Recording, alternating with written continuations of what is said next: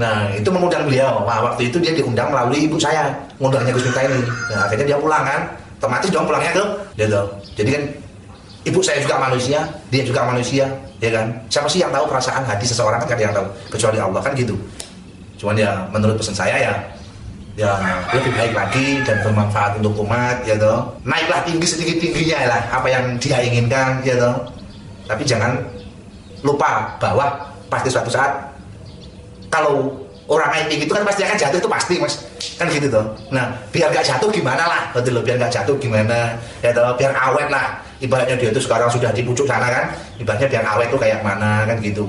Jangan sampai istilahnya dia jatuh. Kalau jatuh saya juga kasihan kakak saya kan gitu. Ternyata Miftah ini selain dia Sontoloyo juga teman-teman. Dia merantau jauh-jauh menjadi orang yang katanya diangkat oleh Pak Prabowo Subianto sebagai orang yang terpandang, pejabat negara, orang yang menjadi tokoh, orang yang dianggap ulama, orang yang dianggap orang hebat, lalu orang yang memimpin pondok pesantren, dan orang yang katanya dekat dengan orang-orang besar, dan orang yang memiliki pengaruh di Indonesia, dan orang yang sekarang telah jatuh nyungsep, dibuat nyungsep oleh Allah Subhanahu wa taala, dan itu semua tidak terlepas dari apa yang telah dia lakukan dan bagaimana tabiat dia yang sebenarnya yang selama ini telah dirahasiakan oleh orang-orang. Ada kebobrokan yang dia tutupi selama ini yang Allah Subhanahu wa taala telah membuat instrumen yang begitu rapi, yang begitu luar biasa untuk kita saksikan bersama sebagaimana Miftah ini sebenarnya dia terhadap keluarganya. Na'udzubillah min dzalik. Ya Allah. Dia meninggalkan keluarganya, orang tuanya, kedua orang tuanya, keluarganya, kerabatnya, saudaranya di kampung sana. Setelah dia sukses, setelah dia berhasil, dia menjadi pejabat negara. Bahkan sebelum dia menjabat negara, dia sudah kaya raya, teman-teman. Sudah banyak uang, tapi dia masih menelantarkan keluarganya di kampung. Ya, na'udzubillah min dzalik. Dari kemarin-kemarin saya masih menyebut dia Sontoloyo, teman-teman, karena memang dagelan hidup dia itu. Tetapi di video ini, yang lebih tepat untuk diucapkan kepada Miftah adalah bagaimana saya tidak bisa mengatakan hal seperti ini. Bayangkan orang tuanya di kampung, teman-teman. Dan dia di sini sibuk ngurusin berbagai macam hal, tapi melantarkan keluarganya di kampung. Dan ini ada cerita dari adik kandungnya yang perlu kalian dengarkan secara seksama dari awal sampai selesai dia bicara, agar kalian paham siapa dan bagaimana Miftah ini. Saya cukup miris. Silahkan disimak. Namanya siapa mas? Nama asli yang ada di KTP Miftahul Khairon. Panggilannya Tajib. Nah, Mas Tajib ini sendiri ini apa benar mas? Adiknya Gus Miftah ya? Ya kebetulan alhamdulillah. Ya kalau memang masih diakui tapi. Apa sih cerita dari dulunya Gus Miftah itu seperti apa sih mas? Ya kita dilahirkan dari orang kampung lah, istilahnya dari orang kampung. Memang jadi awal mula ceritanya kita itu di Lampung ya karena dulunya kan orang tua ke Lampung itu kan transmigrasi. Nah setelah itu ya mungkin tempat tinggalnya di Lampung. Nah dari Lampung itu bapak saya membawa anak satu yang pertama yang ada di Palembang.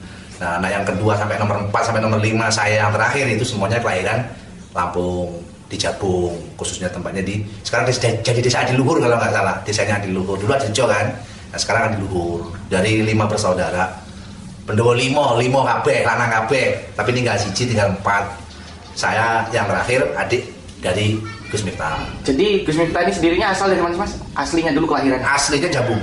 Jabung mas ya? Jabung. Jabungnya lebih tepatnya daerah mana mas? Daerah dulu masih Adirejo, sekarang Adiluhur. Adiluhur. Sekarang Adiluhur. Sebelum pemecahan tau. Kalau dulu kan masih Adirejo. Tadi katanya dari keluarga yang sederhana ya? Ya memang sangat sederhana mas. Istilahnya memang ya gimana ya? Ya memang anak orang duwe kan. Memang anaknya orang nggak mampu, anaknya orang istilahnya nggak punya. Ibaratnya ngomong makan aja kan susah dulu zaman dulu itu kan. Bapak ibu dulu kerja apa mas? Ya petani. Sawah, bapak mama dagang di pasar. Dagang pasar. Jadi ya untuk menghidupi anak-anaknya dari 4 bersaudara itu ya dari hasil kebun dan hasil pasar itu. Tapi kan Gus Miftah itu kan dari lulus SD itu kan dipondokkan di tempatnya adiknya bapak yang ada di Jaya Sakti, Kecamatan Anatoha, Lampung Tengah. Terus di pondok pesantren Bustanul Ulum. Setelah lulus baru Gus Miftah di sana lulus SD, ya keluar dari Jabung itu lulus SD. Jadi sanawiyah aliyahnya mengenyam pendidikan di sana. Di Bustanul Ulum. Terus terakhir ke Jawa? Terakhir ke Jawa dia lulusan tahun berapa ya aliyahnya itu kalau nggak salah 99 atau 98 gitu loh. dia lulusnya dari Alia Jaya Sakti itu di Pondok Pesantren Bustanul Ulum itu, di bawah pimpinannya Bapak Haji Sudi. Jadi saudara saya. Itu. Jadi berarti yang terakhir. ketika ibu itu minta Gus Miftah pulang, Gus Miftah otomatis pulang, Mas? Ya lihat kondisi juga kayaknya. Lihat kondisi. Iya, lihat kondisi. Kalau kondisinya memang memungkinkan ya pulang. Apalagi dia kan sekarang sibuk, Mas. Dia sekarang sibuk syutingan TV kan, sponsor itu kan, dan kegiatan-kegiatan yang lain. Jadi banyak sekarang kegiatan di luar pengajian ya, karena sekarang pengajian udah nggak boleh sejak COVID ini, Mas. Kalau dulu kan sibuk karena jadwal pengajian, undangan. Karena jadwalnya kan per hari aja yang masuk sampai ratusan kan, sampai indahnya aja sampai berapa bulan berapa tahun kan gitu. Nah tapi terus ya itu yang terakhir kayaknya. Sama kemarin berapa minggu yang lalu ada di mana Anak Tuhan di Bustanul Ulum, di pondok pesantrennya dia dulu. Dia pulang acara vaksinasi sama bansos sama apa kayaknya itu. Saya nggak hadir itu. Hanya sendiri tapi. Siapa ya dia? Iya. Dia bersama Menkes. Oh sama Kemenkes. Sama Menkes, sama Pak Kapolda Lampung dengan Pak Bupati Lampung Tengah, Pak Musajito ya. Iya. Itu dia di sana acara bansos sama vaksinasi. Kalau dari pandangan sendiri Mas Tajib ini, seorang kakak Gus Miftah ini seperti apa sih? Ya dia orangnya, ya itu tadi. Maksudnya yang seperti apa enggak? Akrab nggak sama adiknya? Alhamdulillah, saya jarang sekali saya komunikasi dengan dia. Jarang karena. Jarang, nggak tahu, jarang sekali. Nelpon pun nggak pernah. Nggak pernah. Yang namanya telepon itu nggak pernah. Saya jujur dulu ya, saya takut dosa kalau saya bohong, ya kan? Kalau untuk selama ini saya itu bisa dihitung loh, Mas. Ditelepon. Sampai berusaha nggak ngubungin dia gitu? Saya ditelepon dia itu sekali. Ya waktu itu dia marahin saya karena saya mungkin saya yang salah ya. Waktu itu kan karena saya sakit. Waktu itu saya sakit perut dan saya itu dilarikan ke rumah sakit Bayangkara Nganjuk waktu itu. Nah, saya telepon mak saya kan nangis-nangis dan dia telepon beliau. Nah, beliau telepon saya, marahin saya. Mungkin waktu itu nggak tahu lah. Pokoknya saya nggak mau tahu waktu itu memang saya ditelepon sama beliau pakai nomor telepon istrinya. Itu kalau untuk saya chattingan pribadi sebelum puasa kayaknya. Sebelum puasa. Tapi sampai waktu pulang cuma itu aja. Chattingan sama beliau langsung.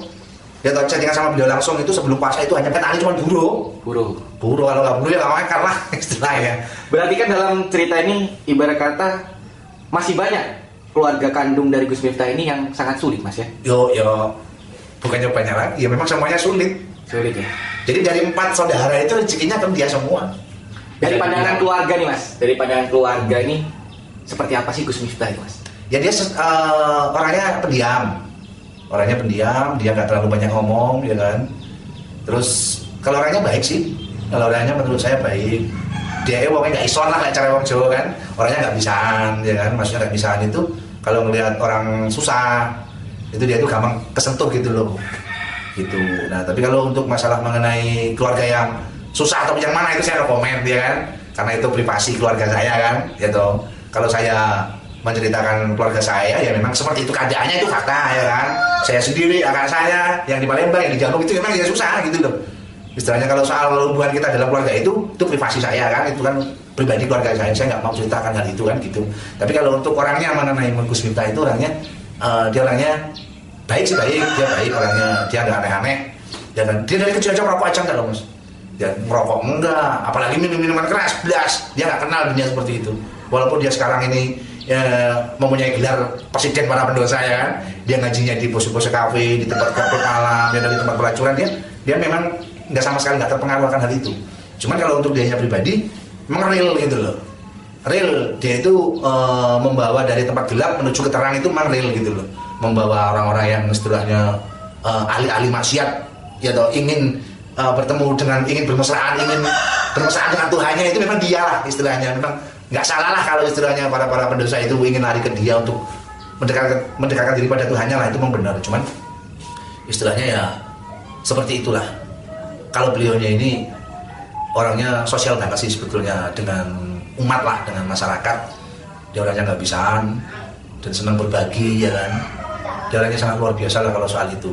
Tapi kalau mengenal dalam arti ini kan di sisi ini mohon maaf, Mas. Ya. Jadi keluarga kandung ini kan masih banyak sih yang.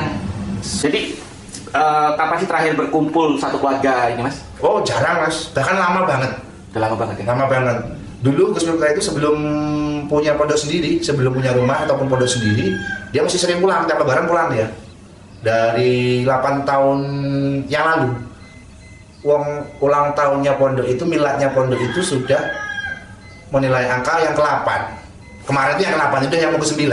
Udah hampir 9 tahun ini dia lebaran nggak pulang semenjak dia punya pondok sendiri. Ya maklum lah, mungkin kan di sana banyak santrinya yang silaturahmi, bahkan kemarin ini malah Covid, 2 lebaran ini kan, jadi nggak boleh kemana-mana. Ada nggak sih Mas dari pihak keluarga ya, saudara kandungnya yang diajak ke Jawa?